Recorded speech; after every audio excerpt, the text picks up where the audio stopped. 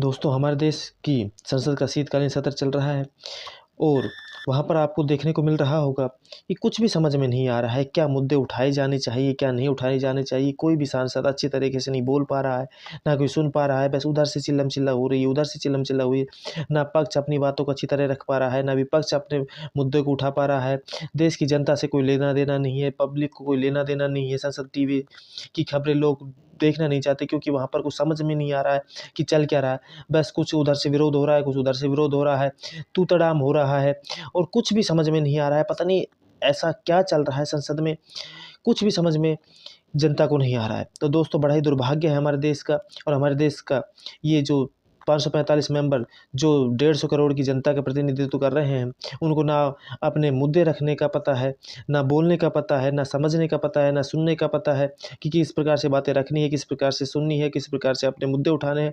बस केवल और केवल विरोध करना है, टेबल पीटनी है, टेबलों पे चढ़ जाना है, इधर-उधर की बातें करनी है और छोटी-मोटी पॉपुलैरिटी पाने के लिए इस प्रकार के कृत्य करने हैं कि बस टीवी पे आ जाए और मीम्स बन जाए, शॉर्ट्स बन जाए और जिससे पॉपुलर हो जाए।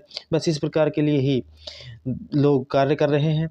तो दोस्तों, बड़ा ही दुर्भाग्य है जब ये संसद में, देश की सबसे बड़ी पंचायत में अच्छी तरीके से मुद्दे नहीं उठा सकते, वहाँ अपने मुद्दे रख नहीं सकते, वहाँ अपने मुद्दों का हल नहीं करा सकते, तो ये क्या खाक अपनी जनता का और अपने क्षेत्र का विकास करेंगे। तो दोस्तों, बड़ा ही दुर्भाग्य है और ऐसा ही चलता रहा तो हमारे देश का बड़ा दुर्भाग्य होगा। आगे आने वाले तो भगवान मालिक होगा कि क्या हो सकता है, लेकिन ये कुछ नहीं करने वाले। ये तो साफ-साफ प्रतीत होता है कि ये जो प्रतिनिधि हमारे से चुनकर जाते हैं, ये कुछ नहीं करने वाले। ये केवल चिल्ला-चिल्ली कर सकते हैं, इनको कोई लेना-देना नहीं है। ये किस प्रकार से अमन और चैन की बात कर सकते हैं जब ये 545 लोग अमन चैन से नहीं रह सकते देश की सबसे बड़ी पंचायत में, तो ये 150 करोड़ की जनता को किस प्रकार से अमन और चैन से रख सकते हैं।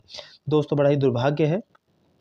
सोचने के लिए मजबूर करता है कि जब ये 545 लोग साथ मिलकर बैठकर अपनी समस्याओं का हल और समाधान नहीं कर सकते, तो फिर ये 150 करोड़ की जनता से क्या अपेक्षा करेंगे।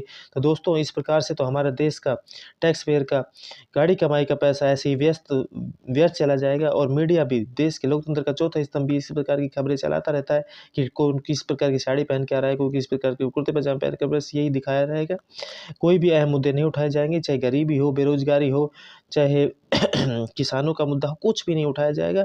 बस इस प्रकार से पूरा सत्र खत्म हो जाएगा और बस अपने-अपने घर चले जाएँगे और ऐशो-आराम करते रहेंगे दिल्ली में अच्छी-अच्छी फ्लैटों में रहकर और अच्छी-अच्छी फैसिलिटी लेकर। बस मौज-मस्तियाँ हो रही हैं, चल रहा है, प्रोग्राम अच्छे तरीके से हो रहा है और देश की जनता भाड़ में जाए, अपनी ऐसी-तैसी कराए और हम तो इसी प्रकार से ऐश करते रहेंगे और झूठी पॉपुलैरिटी पाते रहेंगे।